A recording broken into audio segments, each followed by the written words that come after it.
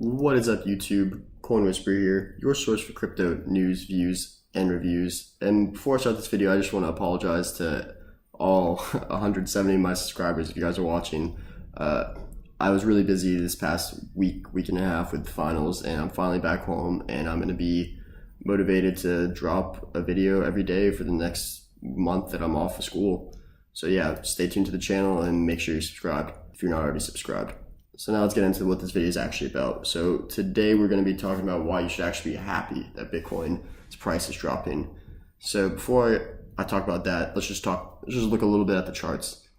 So as you can see, a lot of you probably already know, we've seen this huge bull run. Let's just get it percentage wise. Let's see, let me get a better one. Let's look at it percentage wise. We've seen from the bottom, or from the start of the bull run to the top, which is only 22 days, we saw 145%, we'll say, growth, which is just insane. Like I don't know any other asset or any other type of investment or anything, currency, that has this kind of growth in this short period of time. So I'm sure a lot of people were skeptical about Bitcoin's price rise and kind of knew that eventually we're going to have to see some sort of correction, and that's exactly what we're seeing now. And if you go and check out my last video, I kind of I talked about how I could see Bitcoin going up more in price and then eventually having its true correction. So a lot of people thought this was the correction right here, but as you can see from the MACD, that it didn't even go back into the negatives, so that was not a true correction in any means of the word. But as you can see here, we've actually finally crossed down to the negatives, and you can see that the RSI crossed below 30, signaling the oversold territory.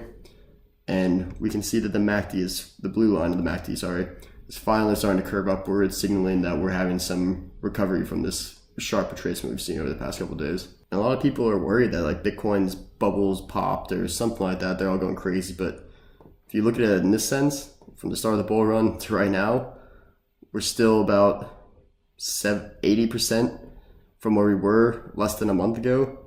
So if this little uptrend continues, you definitely can't say that we're in a bubble or that the bubble's popped, because we've still seen 80% growth over the past month.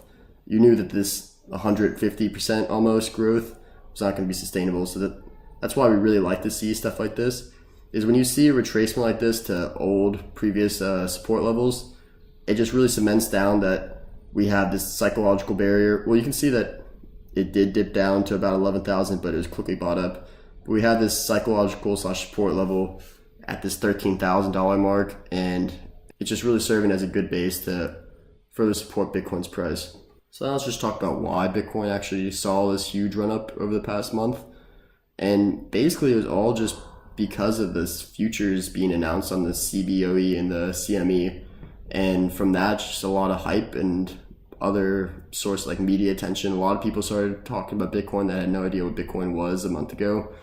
And just a lot of people were getting in at this time because they just saw the price going up and they thought it was just going to go on forever.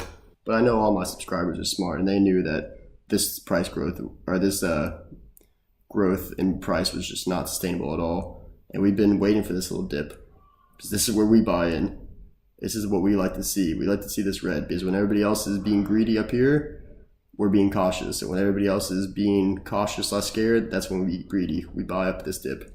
And not only are smart people, like people who subscribe to this channel, are going to be buying this dip, but when the next futures contracts comes out in about a month, we're going to see this is when the institutional money is going to start coming in a lot stronger than before, because we've seen some decent money come in from the first contract of futures, but wasn't really what people expected. And that's just because when futures were announced, it was all the way up here. And you know that all this institutional money, they're not going to be willing to buy at these all-time highs, especially when you look at the MACD and the RSI just screaming that it's bought right here. This is what they like to see. They like to see these little decreases, hit some key support levels, and bounce back. This is a solid buy right here. So you can definitely expect when the next contract comes out in January that there's going to be a lot more volume from the institutional investors. And whether you like to admit it or not, that's definitely something we want to see, because that's just adding more liquidity to Bitcoin's market, and it's just giving it some more legitimacy as a store of value and an investment. Another thing this little retracement is showing us is that Bitcoin is currently not in a bubble, because if it was a bubble, we'd be hitting at least the $8,000 mark. Once Bitcoin really passed down this previous support at 13,000, you'd see all these quick sell-offs were bought back right to the $13,000 mark real fast. So it just shows that the market sentiment is still in that buy the dip phase, and there's still going to be a lot of bulls in Bitcoin. And not only that, but I personally know quite a few people who have been watching Bitcoin over the past couple of weeks, and they've been wanting to get in, but they just weren't comfortable buying at these all-time highs. And I know quite a few of them have started to buy in using Coinbase and stuff like that around these levels. And hopefully, depending on what we see in the next couple of days, Bitcoin can just really consolidate for a little period, because that's really what we need. We haven't seen any true consolidation since like the $7,000, $8,000 mark back here. We really want to consolidate in these high or these mid-teen levels, like 14, 15,000, because that's where we're going to see people really become comfortable at seeing Bitcoin's price in these $14,000, $15,000 levels. And the final reason why this retracement was actually a really good thing, actually, I don't even think I've showed you how much we've retraced. It's about, if you go from the very bottom, a little over four, I get the very top. Let me redo that. Right up here. So from the top to the very bottom, you can see less than 6 days, we saw 43% of Bitcoin's price just vanish. And if you go to the kind of true support where what would be a better indicator of what the correction was, it's about a 30% correction, which if you've been in crypto for a little bit, or just for the past couple months, you know that this stuff's normal. This isn't make or break Bitcoin. Just because it's $6,000 now doesn't really mean much, because we've seen this huge price increase. And like I already said, we've seen an 80% increase in the last month in price. So it's not like we're dipping down to the $5,000, $6,000 mark, which we haven't seen in months. We're only dipping down to 13,000, 14,000. That's where we're really going to start seeing our consolidation, and really just Bitcoin saying a nice support and a base for further growth. But back to why this retracement was actually good, is if you think about it, if Bitcoin would have stayed on this trajectory, it would have probably hit 30,000, maybe even 40,000 within the next couple of weeks. And then that's when Bitcoin would really be approaching bubble territory. And that's when you can't really argue that, because, so say Bitcoin did hit about $40,000, if it had stayed on this trajectory that we see, when Bitcoin would have corrected, it would have corrected hard. And a lot of people would have lost a lot of money.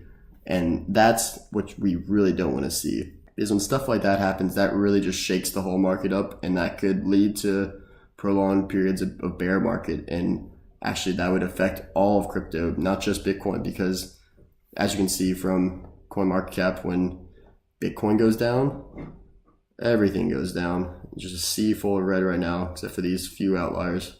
So I'm glad that we saw a retracement once it started reaching that $20,000 level, because now we're really, like I already said multiple times, I don't know why I'm repeating myself, but we're just going to see just a nice solid base for Bitcoin, and hopefully this time we'll see slow, steady, sustainable growth in Bitcoin's price. So that's it for this video, guys. I'm actually going to be starting a new series on my channel tomorrow called Hidden Gems, where I go through CoinMarketCap and I just find the coins I just think are super undervalued and aren't getting their rightful media attention, or just know other YouTubers are talking about them. And I'll explain to you why I think they're solid investment choices and just solid projects in general. So if something like that interests you, please subscribe to the channel. If you guys liked the video, please leave a like and make sure to subscribe to the channel and support me. It really means a lot to me. And if you have any questions, or you just want to voice your opinion over what's happening with Bitcoin's price right now, make sure to just leave it down in the comment section below, and I'll most likely reply to you if you have some insightful comments. Alright, I'm going to end the video here, guys. Coin Whisperer signing off. Peace.